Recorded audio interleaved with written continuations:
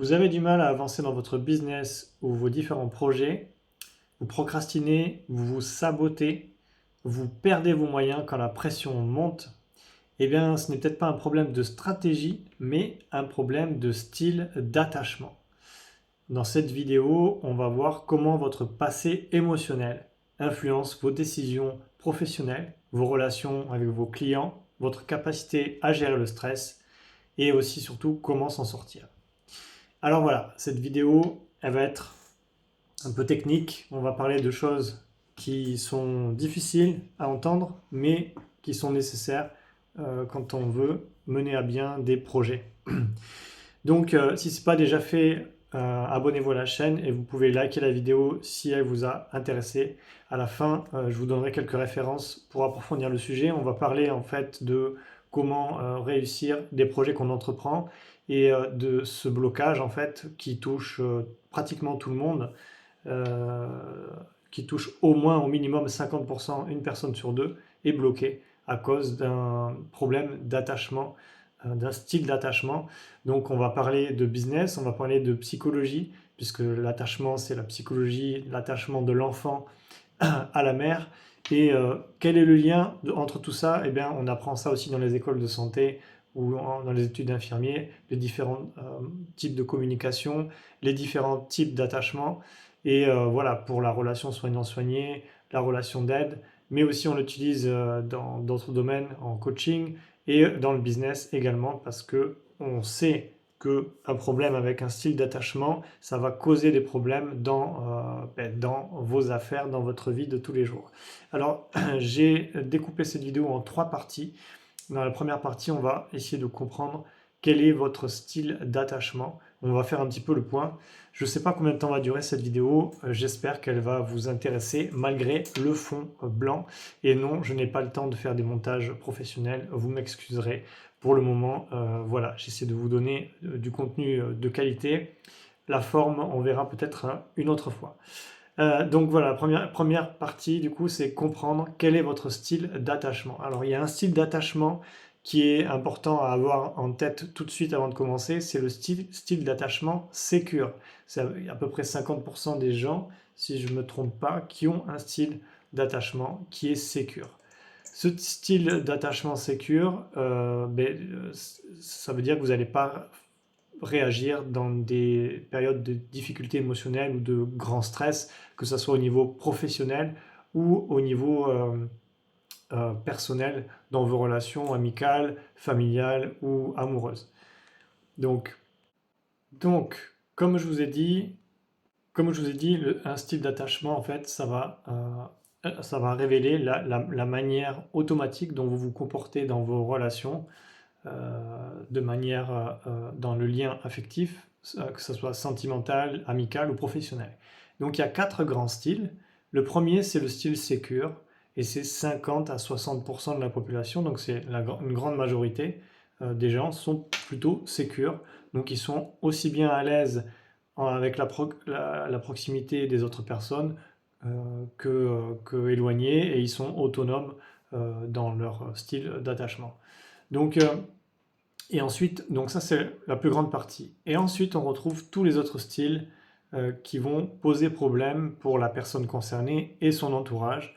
Donc ça va être tout d'abord le style anxieux ambivalent. Donc c'est une personne qui va chercher de manière excessive la validation des autres et qui va avoir peur de l'abandon. Donc là, on est plutôt sur 20-25% des gens, donc une personne sur 4, ça reste quand même c'est quand même beaucoup. Et ensuite, on a l'évitant détaché, donc celui qui va plutôt avoir peur de l'intimité et réprimer tout ce qui est émotion. Donc là aussi, on est autour de 20-25%. Et après, il y a les cas particuliers, ce qu'on appelle un peu les désorganisés, c'est-à-dire ceux-là, eh ben, c'est un mélange entre les deux, c'est instable et c'est souvent lié à un passé traumatique. Donc ça, c'est des cas beaucoup plus difficiles, mais la plupart du temps, les gens se situent soit sécure, qui est le plus courant, soit anxieux ambivalent ou évitant détaché. On va voir l'impact que ça a réellement au quotidien. C'est un vrai problème. Ça touche quand même, quand on regarde, ça touche quand même une personne sur deux, hein. C'est 50% des gens ont un style d'attachement qui est problématique. comparé à 50% qui ont un style sécure. Donc on est quand même sur un sujet qui concerne beaucoup de gens, c'est-à-dire vous regardez autour de vous, ben, il y a une personne sur deux qui a un style d'attachement qui est problématique, qui va l'empêcher de réussir les projets qu'elle va vouloir faire ou qui va lui poser des problèmes dans ses relations interpersonnelles. Alors l'origine de ce concept, en fait, c'est ce qu'on appelle la théorie de l'attachement de John Bowlby, donc c'est très étudié dans les sciences infirmières, en 1969, et Mary Ainsworth en 1978. Je vous mettrai quelques liens en description, comme ça vous pourrez aller voir, éventuellement des livres, références, si ça vous intéresse. Voilà, donc théorie de l'attachement, théorie des développements avec Bartholomé et Horowitz, donc ça je connais un peu moins, et Fraley et Shaver en 2000, donc c'est un peu plus récent. Et après, ça a été beaucoup analysé en entreprise, donc l'impact que ça a dans le milieu de l'entreprise. Donc là, il y a un livre qui s'appelle Attachment in Adulthood. Donc là, pareil, c'est en anglais. Vous pouvez trouver certaines traductions en français. Donc ça, c'est Mikkel Linser et Shaver. Donc l'entreprise, celui-là, je connais pas du tout. J'ai jamais entendu parler. C'est des études récentes de 2016. Hein. Donc, pourquoi est-ce que ça nous intéresse, ce sujet? Simplement parce que ça a des conséquences concrètes dans la vie des gens concernés, en fait, par ce problème, et sur l'activité, le business qu'on a envie de faire, ou même dans notre vie professionnelle de tous les jours. Donc, on va passer en revue les trois types d'attachement et quelles conséquences ça a donc, dans le business ou dans le domaine de l'entreprise. Mais avant, je vais faire le lien, essayer d'illustrer un petit peu de manière plus concrète quelle est l'origine des troubles de style d'attachement. Donc il faut savoir que l'enfant se développe exclusivement avec ses parents jusqu'à l'âge de, 2 ans, je crois, 2 ans, 3 ans, où il commence à l'âge de 2-3 ans, l'enfant commence à dire non et à se différencier et à avoir son identité propre. Ensuite, il va se construire jusqu'à l'âge de 7 ans. Donc là, ça va être toute sa psyché se construit jusqu'à l'âge de 7 ans, ses relations, sa relation au monde. Beaucoup de choses se passent avant l'âge de 7 ans. Et donc, ce qui se passe, c'est que forcément, le premier lien que l'enfant a, c'est le lien avec sa mère. Donc la relation avec la mère est très importante. Mais la relation avec le père est également très importante, puisque le père est la figure d'autorité, va mettre les règles, imposer les limites. Mais les deux parents ne vont pas faire que ça. Ils vont construire la sécurité affective de l'enfant. C'est-à-dire que l'enfant se sentira en sécurité quand il sera tout seul ou pas. Il se sentira en sécurité avec des interactions avec d'autres enfants, et ainsi de suite. Et tous ces liens, toute cette relation avec ses parents, eh bien, la plupart du temps, les familles sont plus ou moins sécures. Il y a forcément des petits problèmes, mais ce n'est pas des gros impacts. Mais voilà, il y a à peu près une famille sur deux où la dynamique familiale, elle est perturbée. Hein, d'accord? Et comment ça se passe? Par exemple, dans des familles, on va avoir un père qui est absent, ou alors on va avoir la prédominance euh, de violence familiale. Voilà. Et bien souvent, en fait, sans parler de violence, bien souvent, les parents ont leurs propres problèmes d'attachement qu'ils vont transmettre et reporter à leurs enfants. Et donc, jusqu'à temps que quelqu'un dans la lignée familiale dise là maintenant ça suffit, il faut que je m'en occupe et je ne peux plus reproduire ce que mes ancêtres ont fait jusqu'à présent, stop, et bien ça va se reproduire sous diverses manières. Il y aura des difficultés à ce niveau-là. Et alors, voilà, donc, pour la petite histoire, j'ai moi-même été confronté à ce type de problème, comme une personne sur deux, comme je vous ai dit au début de cette vidéo. C'est la raison pour laquelle je fais cette vidéo. Je vous encourage à travailler sur vous, à lire des livres de développement personnel, éventuellement, quand vous avez des difficultés dans vos relations, eh bien, vous pouvez consulter un psychologue, faire un travail sur vous-même. Voilà, ça va vous aider en fait à vous améliorer et à obtenir des meilleurs résultats dans ce que vous faites d'une manière générale. Et même votre perception de vous-même, votre estime de vous-même sera beaucoup mieux que si vous ne faites pas ce travail-là, surtout aujourd'hui avec Internet où l'information est disponible voilà, elle est disponible, donc il faut en profiter. Donc, on va passer en revue du coup les trois types d'attachement problématiques. Donc, le premier, c'est l'attachement anxieux. Comme je vous ai dit, c'est jusqu'à une personne sur quatre. Donc, j'ai avec moi des notes, hein, parce que vous pensez bien que je ne peux pas vous expliquer tout sans avoir pris des notes. Je suis obligé d'avoir quelques notes parce que c'est un sujet qui est un peu technique et je ne peux pas dire n'importe quoi. Mais voilà, c'est un sujet après que je connais quand même assez bien. Voilà, pour l'avoir pratiqué et pour l'avoir, voilà, pour connaître assez bien et m'y être intéressé. Donc l'attachement anxieux, en fait, ça va se manifester par un surinvestissement de la personne jusqu'au perfectionnisme, au moindre détail et parfois même jusqu'au burn-out. Ça va se manifester aussi par une peur du rejet, la peur d'être rejeté par les autres. Donc, eh bien, la personne va vouloir tout faire pour plaire à tout le monde et surtout qu'on lui dise que tout va bien, qu'on lui dise rien de mal parce qu'elle ne veut pas être rejetée. Donc ça va créer des dépendances entre clients ou des dépendances entre associés, puisqu'on va parler du business exclusivement. Ça va être aussi la difficulté à dire non, voilà, la difficulté à se positionner, donc ça vient de la peur du rejet également.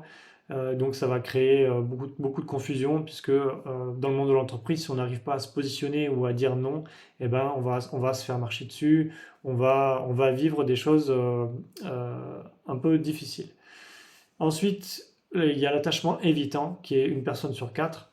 L'attachement anxieux, c'est un problème, mais je dirais que ça peut être quand même relativement bien géré.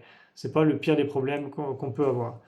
Dans cette vidéo, on va pas parler de tout ce qui est des autres problèmes de personnalité comme les pervers narcissiques ou autres. Ça, c'est vraiment un sujet à part. Je sais même pas si j'en parlerai parce que c'est pas l'objet de cette vidéo, mais voilà, le monde de l'entreprise et les relations interpersonnelles, qu'elles soient familiales ou amoureuses, sont impactées par la psychologie en permanence et on en a souvent pas conscience parce on est souvent le nez dans le guidon pour atteindre des objectifs ou finir la journée de travail et du coup on perd un peu le fil, on oublie de prendre du recul et de se dire bon, voilà, il y a des choses qui se passent aussi au niveau à ce niveau-là. Donc deuxième point, c'est l'attachement évitant. Donc pareil, une personne sur quatre, c'est une personne en fait qui va rester souvent solitaire, qui va bien avoir envie de garder son indépendance. Donc ça va être, difficile que cette personne puisse s'ouvrir aux autres. Euh, Elle va fuir tout ce qui est des discussions un peu trop engageantes au niveau émotionnel, hein, puisqu'en fait, elle a des conflits qui ne sont pas résolus. Et donc, tout ce qui est conflit ou problème, elle va avoir tendance à les éviter, à les contourner. Et donc, c'est un réel problème parce qu'on ne peut pas affronter des challenges, des problèmes avec ce type de personnes en entreprise. Et forcément, cette distance, en fait, ça va engendrer une perte de motivation ou d'engagement de l'équipe, des gens qui sont autour. Parce qu'ils vont se dire, on a beau faire ce qu'on a envie, en fait, il ne se passe rien, la personne reste dans son coin, elle a du mal à se livrer et le travail d'équipe va en pâtir. Le dernier point, c'est le style désorganisé. Donc ça, c'est des réactions extrêmes. C'est je vous quitte, puis je reviens. C'est des gens qui ont des instabilités au niveau professionnel, avec la peur de réussir, la peur des échecs, des paralysies, l'auto-sabotage. Et donc ça, c'est vraiment 5% des gens, c'est des cas très particuliers, donc c'est pas vraiment le gros du problème. Le gros du problème qui touche la plupart d'entre nous, des gens qui ont des problèmes, je parle au niveau relationnel, ça va être les attachements anxieux et les attachements évitants.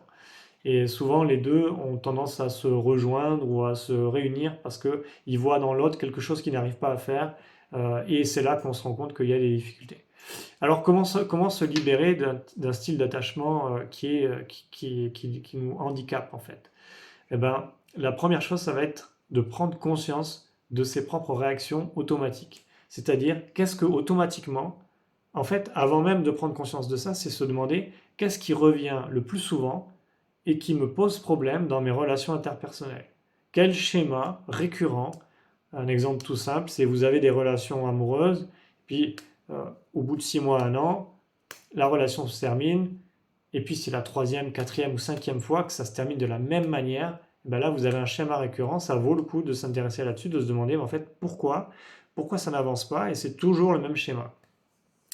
Et donc à partir de là, vous allez pouvoir prendre conscience de vos réactions, les réactions automatiques que vous mettez en place. Ça peut être, en fait, dès que l'autre ne répond pas à mes attentes ou à mes besoins, je me mets en colère et c'est sans retour, je reste en colère. Ou bien dès qu'il y a un conflit, je prends la fuite, je ne veux surtout pas parler, je ne décroche pas le téléphone. Et ça va être des réactions automatiques qu'on peut noter, qu'on peut relever, qu'on peut se dire, mais en fait, oui, en fait, je réagis tout le temps de la même manière.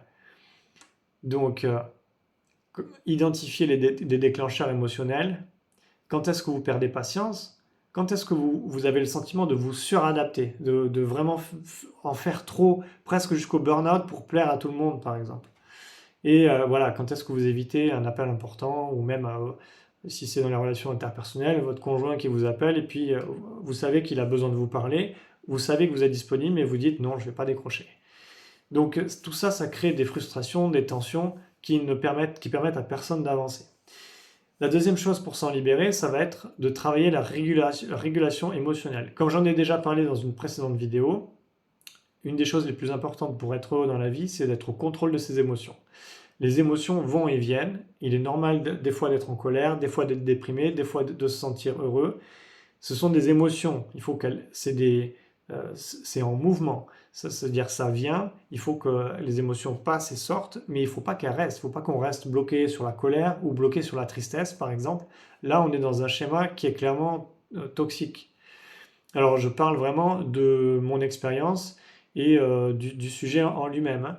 Évidemment, pour les problèmes les plus graves, il faut consulter un médecin, ça va de soi. Cette vidéo n'est pas du tout à viser, c'est pas du tout l'objectif de cette chaîne, c'est pas du tout de remplacer un médecin, mais voilà, on analyse l'impact que ça a dans le monde de l'entreprise, dans le monde des affaires, et je vous donne quelques infos là-dessus. Donc, comment est-ce qu'on fait pour réguler ces émotions? Il y a un truc très simple, ça s'appelle la respiration. Donc vous trouverez tout un tas d'exercices pour la respiration. La respiration, bien respirer par le ventre, permet de réguler ses émotions, permet de se calmer, de se sentir mieux. Et voilà. Vous avez aussi, ces dernières années, un Américain qui a mis au point une technique de respiration, la technique Wim Hof, qui vaut la peine d'être... voilà, je vous invite à vous y intéresser, c'est vraiment intéressant. Voilà, parce que Wim Hof, en fait, en 5-10 minutes, grand maximum, vous pouvez changer votre état émotionnel. Et voilà, donc ce sujet d'état émotionnel, on le retrouve aussi dans l'acupuncture et c'est-à-dire que si vous voyez les choses trop souvent de manière négative, à un moment donné, vous allez passer une limite et vous ne pourrez plus revenir en arrière pour voir les choses de manière positive. D'où l'intérêt de travailler le contrôle de vos émotions. Typiquement, en fait, si quelqu'un ou même un client vous manque de respect, vous n'allez pas vous mettre dans une colère noire ou l'agresser parce qu'il vous a manqué le respect. C'est ça le contrôle des émotions, pour donner un exemple. Voilà, tourner sa langue 7 fois dans sa bouche avant de parler. Ou bien dire j'ai besoin de temps pour y réfléchir avant de réagir à chaud sans prendre de recul. Le troisième point pour pouvoir se libérer de ces schémas émotionnels problématiques, ça va être de rééduquer ces modèles relationnels qui viennent de l'enfance. Donc ça va être de choisir des relations professionnelles et personnelles plus stables, d'éviter les partenaires qui sont flous, qui ont eux aussi des difficultés. Donc ça dépend où on en est, mais si on a vraiment des difficultés à s'en sortir nous-mêmes, ça semble évident que se mettre avec une autre personne ou travailler avec d'autres personnes qui sont aussi dans le flou ou qui ont des problèmes, ça ne va pas nous aider. Donc il vaut mieux faire un bilan sur ces relations et voilà, faire une sorte de tri. Et voilà. Et après, ça va être de travailler vos limites, avoir conscience de vos limites, quelles sont vos limites, d'exprimer vos limites et vos besoins aux autres, et surtout de vous les dire à vous-même, de vous demander comment vous vous sentez, de vous dire, bon, là, je me sens pas bien, au lieu de faire n'importe quoi, je vais aller me calmer dans mon coin. ou bien me dire, là, je suis dans mon coin, au lieu de rester dans mon coin tout seul, je vais essayer de socialiser avec les autres et d'essayer de prendre un risque et de changer ce que je suis en train de faire. Mais voilà, et donc pour cette rééducation, effectivement, après, il y a des professionnels qui peuvent aider, c'est sûr. Et après, il y a des personnes qui arrivent très bien toutes seules à dépasser leurs problématiques, c'est selon. Enfin, le dernier point, pour se libérer des schémas émotionnels problématiques qu'on a vus, hein, qui sont les liens d'attachement toxiques, ça va être en fait d'envisager un accompagnement, comme je vous ai dit. Vous avez donc tout ce dont je vous ai déjà mentionné, mais vous avez aussi l'EFT. Euh, L'EFT, donc en anglais, c'est Emotionally Focused Therapy. C'est des tapotements de points d'acupressure qui font circuler en fait l'énergie, un peu comme l'acupuncture. C'est des thérapies brèves, mais qui marchent pour changer l'état émotionnel d'une personne. Donc vous avez des livres à ce sujet. Voilà, ça c'est après à vous de faire vos recherches là-dessus. Je ne peux pas trop vous recommander quoi que ce soit, mais c'est des choses qui fonctionnent plutôt bien. Donc, euh, donc voilà, comme on l'a vu, je regarde mes notes, mais je vous mettrai en lien quelques références sur le sujet. Mais en gros, ce qu'il faut retenir, en fait, en dehors de comment se libérer de tout ça, parce que c'est juste pour vous donner des pistes, d'accord? Ça n'a pas vocation pour être une vérité absolue.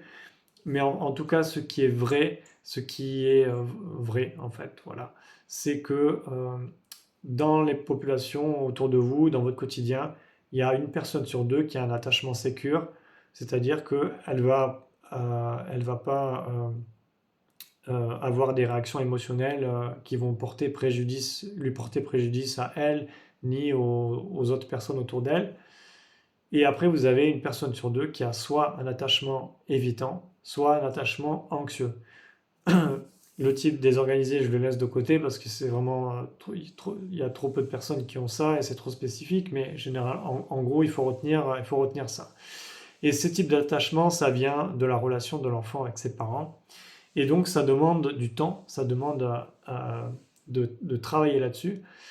Parce que, en fait, si vous voulez travailler sur des projets, lancer des projets par vous-même ou créer une entreprise et même vous sentir mieux dans votre travail ou dans votre vie de tous les jours ou vos relations interpersonnelles, eh bien, vous allez devoir travailler sur votre sécurité émotionnelle et ne plus vous laisser déborder par des automatismes, parce qu'en fait, c'est ça, c'est des automatismes qui viennent de l'enfance.